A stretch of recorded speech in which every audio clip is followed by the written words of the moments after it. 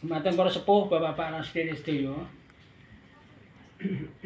Pahargyan Natal ing menika ingkang dipun wontenaken Mbah Pur Purwadi saha Mas Wiwi sakeluarga.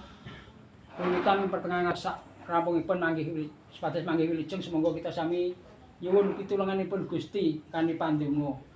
Pandonga kula suwun kanthi panyengipun para sepuh, bapak-bapak ingkang boten nunggil kapitadosan kali kula nyuwun panyengipun. Sumangga pandonga kula dherekaken. Duh Gusti Allah Rama kawula, Gusti kawula Yesus Kristus ingkang dados juru ing jagat. Kawula ngaturaken matur Gusti lan kawula sawangun sepaduka bilih ing dalem kawula sesarengan kaliyan sanakadang kawula. Tiyang sepuh kawula ingkang kempal wonten dalemipun Purwadi saha Mas Wiwit. Mugi-mugi Gusti menika saperlu neksa menapa dados kagunganipun berat ing mriki.